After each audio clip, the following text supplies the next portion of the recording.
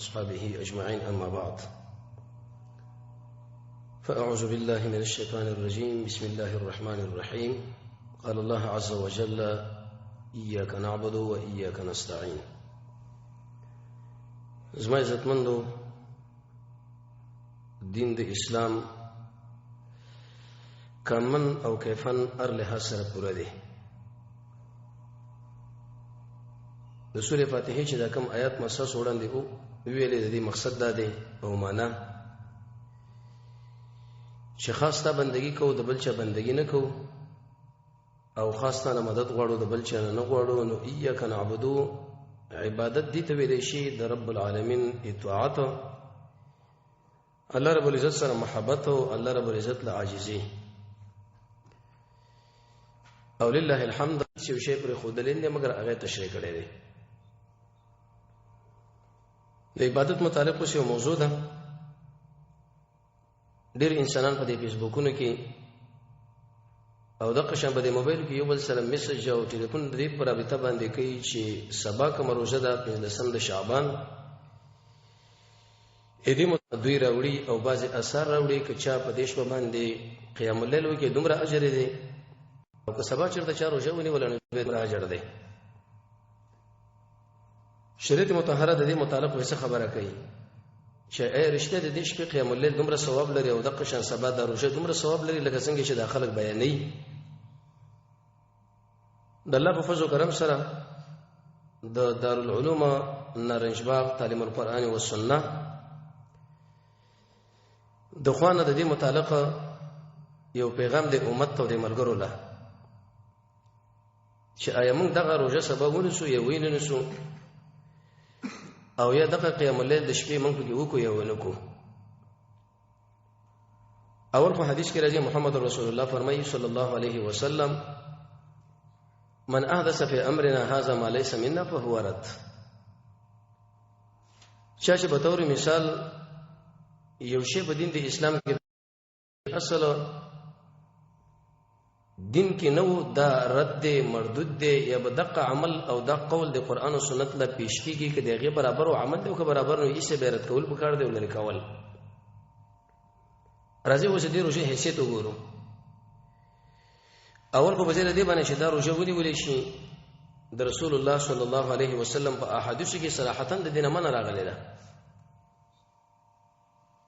ځکه موږ په دې لپاره پیدا شوو چې په دنیا کې د الله بندګي وکړو، لیکن د نبی کریم علیه الصلاه والسلام د سنت او طریقې برابر. حدیث کې راځي ابو داود کې حدیث دی، د حدیث رقم دی 2990.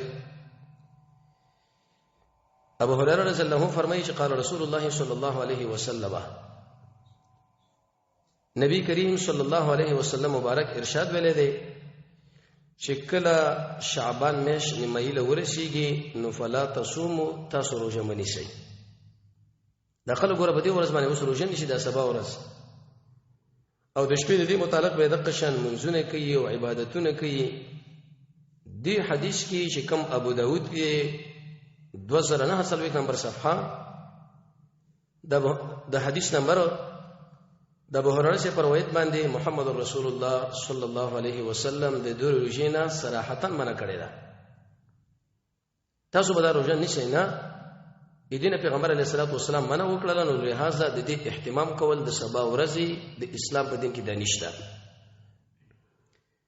بل حدیث بخاری او مسلم دغه کې د شی راغلی دی. نبی کریم علیه الصلاه والسلام فرمایي یو کس ته پتا شو کې د رمضان نه یو ورځ یا دوه ورځې روزه نه مخکې کوي مګر د شی وسړی چې په مخکې عمر کې او په مخکې وخت کې د دې روزو اهتمام کړو هغه به کولې شي. الغرض په نسم د شعبان باندې روزه نیول د اسلام په دین کې وزید دې باندې چې موږ ځان لپاره اجر والو. رسول الله صلی الله علیه وسلم دغه نه ښکارا صراحتا منع وکړه. دویمه بعض خلک چې هغه په دې شپه باندې به عبادتونه کوي منځونه، د دې منځونو متعلق به دومره خبره وکړو چې په دین د اسلام کې د دې منځونو هیڅ حیثیت نشته. الموضوعات ابن جوزی دویم جل یو سلوي شمر صفحه ورسره به ان شاء الله دغه عبارت نقل کوو. المنار المنيب د ابن قیم سے 98 نمبر صفحه ابن کثیر څلورم جلد 120 نمبر صفحه صاحب د مشکات حدیث نقل کړي اول جلد 408 او به التا په تغلیق د امام البانی رحمه الله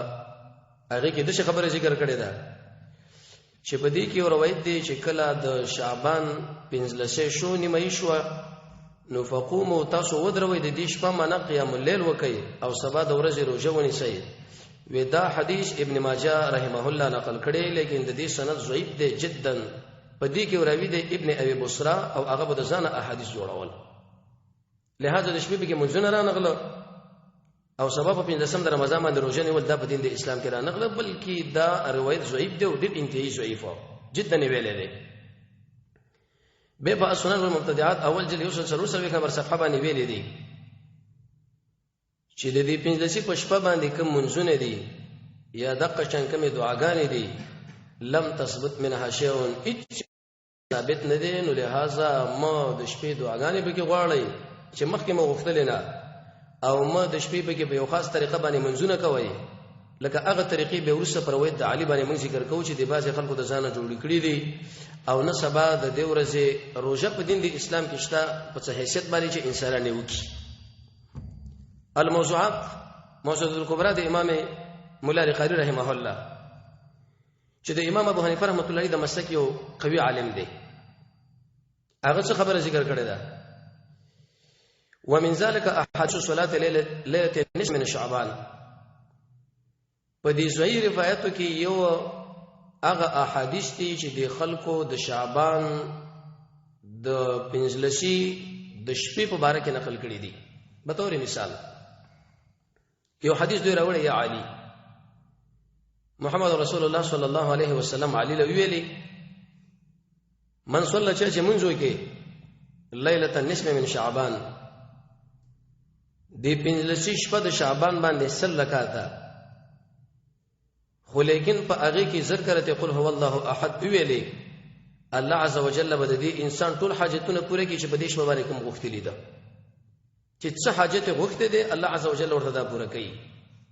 او به دې وګړو روایت پیش کړی دي چې دا کار چاو کې د اویس رهور نکاح سره کېږي د اری هوري د پاره تقریبا اویس سره غلامانی نو به مولا القاری سے فرمایي چې والعجب تعجب خدا دې کوم یو انسان چې د محمد رسول الله صلی الله علیه وسلم په سنت باندې د علم بوی لري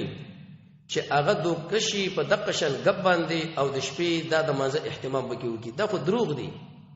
دا خو غب دي چې د خلکو نبی کریم علیه الصلاه والسلام له پیش کړی دي چې یا علی کبدیش په باندې چا سلکا تمنځو کو نو دا څه حاجت به الله پوره کی دا به هر سره به نکاح وشي او اری هوري له به تقریبا اوی سره غلامانی هغه به دومره بچی راوړي دا بو کې دا مولا القاری سے فرمایي چې وسړی د رسول الله صلی الله علیه وسلم په سنت باندې علم لري او بوی قدر لري په دشي دروغ باندې دوکه کېږي نه معنا دا دروغ او به څه ویل دي وې په دغه منځونه په دین د اسلام کې تقریبا 400 سدین را پدې خو د خلکو وځ کړی دي او کوم ځای کې دي ایجاد شوی د بیت المقدس کې اې دې منځونه د لپاره به مختلف روایت دي خلکو جوړ کړی دي به تور مثال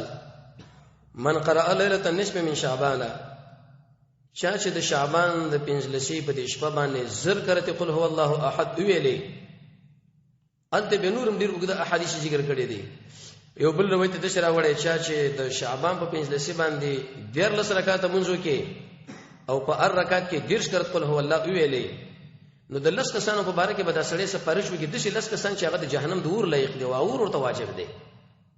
به ویلي چې وغیر ذلك من الاحاديث التي د دین را په دې خو نورم به کې د شي احادیث ته چې هیڅ شی دغه په باره کې ثابت نه دی بلکې دا د ځان د خلکو جوړی کړي الموضوعات الكبرى د مولا القاری 310 نمبر صفحه او 311 لہذا ضرور سو کاله یعنی ضرور مسدین را په دی خو بیت المقدس کې چا د دې منځو او د دې روزي طریقه هغه ایجاد کړی دا او د ځان په دغه مختلف کیفیتونه ذکر کړی دي نو په دې کې یو حدیث د محمد رسول الله صلی الله علیه وسلم چې صحیح ثابت نه لري دریم زموږ استاد شیخ عبدالسلام رحمه الله د سورې دخان د روایت په تشریح کې په ليله مبارکه څه ویل دي وی بعض مفسرینو دلته کې 15 شعبان شپه د شعبان اخسته ده لکه سبب 15 د شعبان دی دانن شپه دی او به ویل دي چې دغه د فضیلت په اړه کې ډیر احادیث ذکر کړي دي لیکن هغه مفسرین چې هغه اهل التحقیق دي هغه محققین دي څومره روایت چې د دې متعلق راغلي دي هغه ټول رد او هغه مردود دي به تور مثال امام قرطبی رحمه الله د ابن عربی نه نقل کړي دي چې چا په ليله مبارکه دي کې د شعبان 15 اخسته دی ودا قول باطل له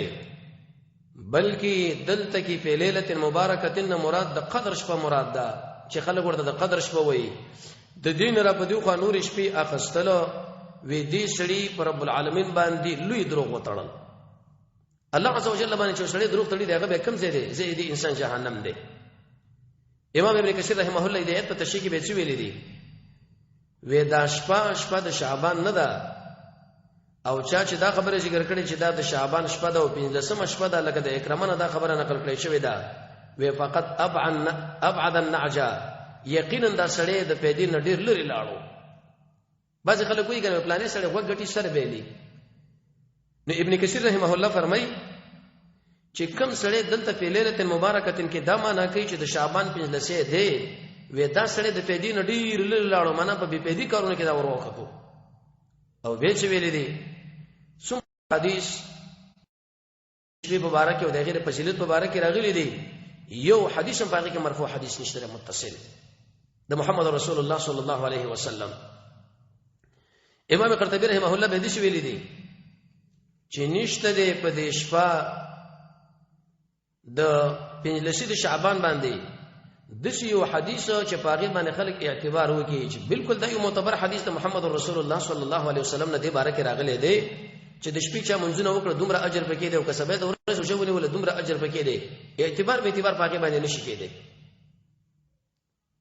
ابن کثیر رحمه الله به دې شوی دا کوم روایت چې د اکرامه صاحب دی هغه مرسل دی د نور نصوص مقابله نشي کولای او مولا قاری صاحب چې د حنفي عالم د مرقات کې ویلي دي چې د شعبان په دې 15 کې کوم روایت چې د علماو ذکر کړي دي چې 400 رکعاتونه منځ وکړو او اغه له صلات الفیه ویلې دي ودا حدیث موضوعی دی او دا منځ په بیت المقدس کې په سنه 348 کې د خلکو پیدا کړي دي او به دې خبره ذکر کړي چې په دیش باندې د دې نمخ کې په دیش باندې د خلکو به ورونه بلول او پاګه به لوب کولې لکه څنګه چې دا د برمکیانو په دې قوم کې اتمه صده کې دا مسله پیدا شوله مجوسیانو یو بل لوید به شیخ صاحب ذکر کړی د امام ترمذی د فضیلت د شپه کې او مشکات ما ذکر کړی لیکن دغه په سند کې محدثین لګي دوه انقطاع دي یو خو امیر المؤمنین فی الحديث امام بخاری رحمه الله دی حدیث نه ضعیف ویل دي چې دا حدیث ضعیف دی او به ویل دي چې دا حدیث معاذ بن جبل ابن ماجه و غیره دوی راوړی دي لیکن د دې په سند کې ابن لهیعه او هغه ضعیف راوي دي او مولا قاری د ابن ماجه پر روایت کې دا خبره ذکر کړي چې دغه په سند کې ابو بکر ابن عبد الله د العامری محدثین ویل چې دا هغه انسانو د ځان به احادیث جوړول د یو موضوع د اثبات لپاره او دا متروک دی او بل حدیث د عائشه رضی الله عنها چې امام بهقی راوړی دی هغه مرسل دی نو لہذا دا څومره روایت چې دې متعلق راغلي دي شیخ عبد السلام رحمه الله په خپل تفسیر احسن الکلام د سوره دخان د دریم آیت په تشریح کې ذکر کړي چې دا ټول ضعیف دي په دې باندې استدلال نشي کېدلی په دې باندې اعتماد نشي کېدلی چې د شپې من په دې کې قیام الليل کو او سبا د ورځې دې متعلق به موږ تاسو روزو ونسو ودا پکې شته دی امام ابن کثیر رحمه الله تقریبا په څلورم جز د سوره دخان د آیت په تشریح کې خبره ذکر کړې ده او اندق شان مسلې ذکر کړي و من قال چې دا خبره وکړه چې په ليله مبارکه نه مراده 15 د شعبان دی لکه څنګه چې دا روایت د اکرمه نه راغلی و فقط ابعد النجع و دا سره د پیدین ډیر لري لاړو بلکې د روایت چې د شعبان په باره کې نه دی راغلی دا د قدر د شپې په باره کې راغلی دی او به په روایت باندې خبره کړې ده چې بعض خلک دا خبره ذکر کوي چې رسول الله صلی الله علیه وسلم ویلي دي چې په دې کې د یو شعبان نه تر بل شعبان پورې دا نیټي قطع کیږي او اغلی کې لګيږي او تقدیرونه وغیرہ پکې بدليږي و دا حدیث مرسل له او د مرسل روایت د قران کریم د نصوصو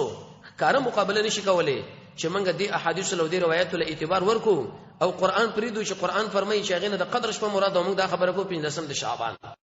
خبره چې ارچا کړي دا خبره غلطه کړي دا دروغ ویلې دي ابن کثیر څلورم جلد کې دا خبره ده اېدین ورستا امام ابن قیم رحمه الله په المنار المنیف شپږته نمبر صفحه کې څه ویلي دي ومن ذلك په دې موضوعي روایتو کې هغه احادیث دي چې د شعبان د شپې د 15 په باره کې راغلي دي لکه دا حدیث یا علی رسول الله صلی الله علیه وسلم وی علی له ویلې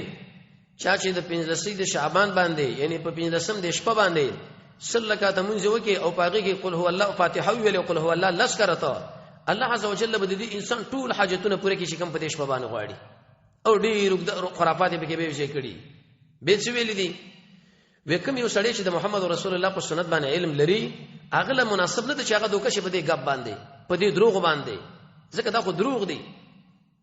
او به مخکې دا خبره ذکر کړه چې دا تقریبا په 400 صدې نه په دې خو د منځ پیدا شو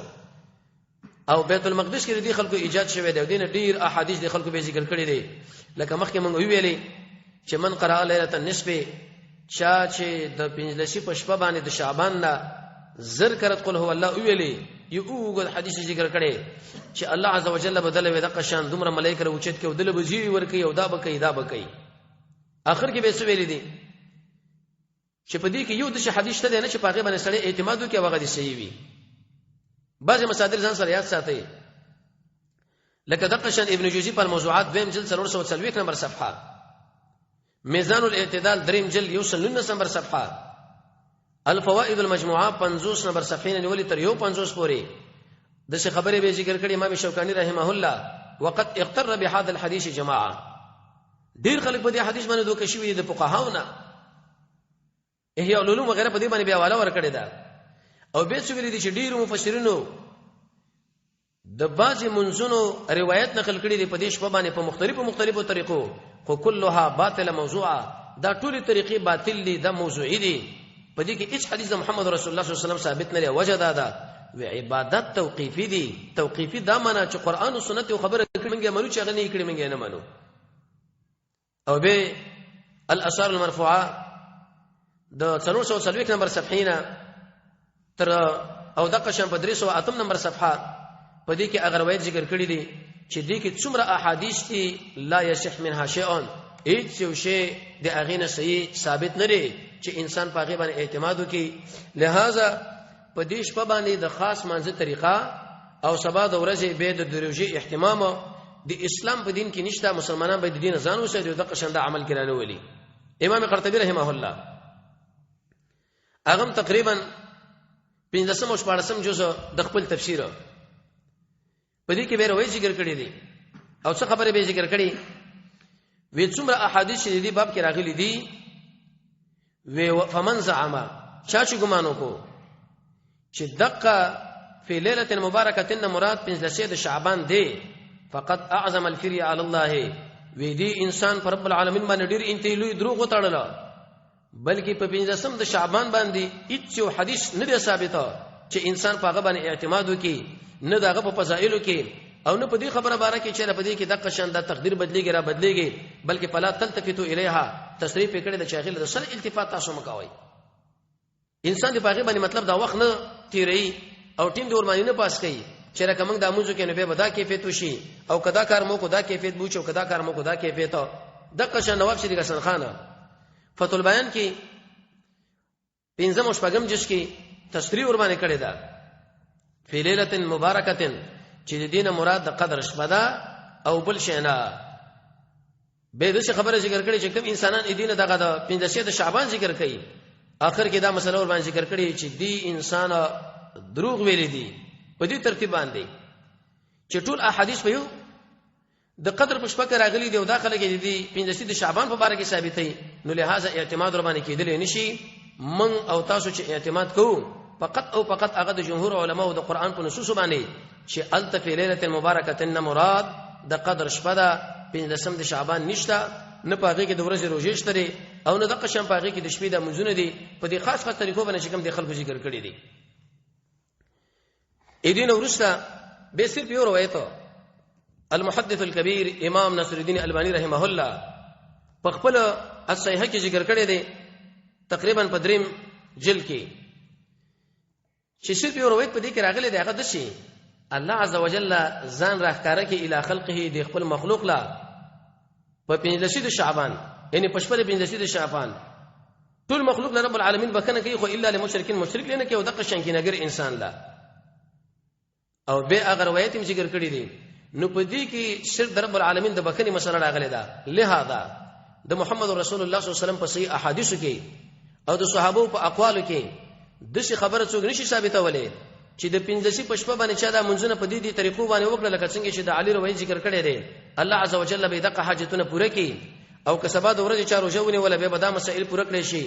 دی باره کې چې څومره روایت راغلي هغه ټول ضعیف دي هغه ټول موضوعي دي په یو تعبیر باندې د شی وایي چې هغه ټول دروغ جوړ شوی دي په محمد رسول الله صلی الله علیه وسلم باندې نو ټول مسلمانانو له دا خواسته چې د نبی کریم علیه الصلاه والسلام د احادیث نه دا معلومیږي چې په مجلسی د شعبان باندې د روزې نه من راغلی ده لہذا سبا روزه تاسو منی سي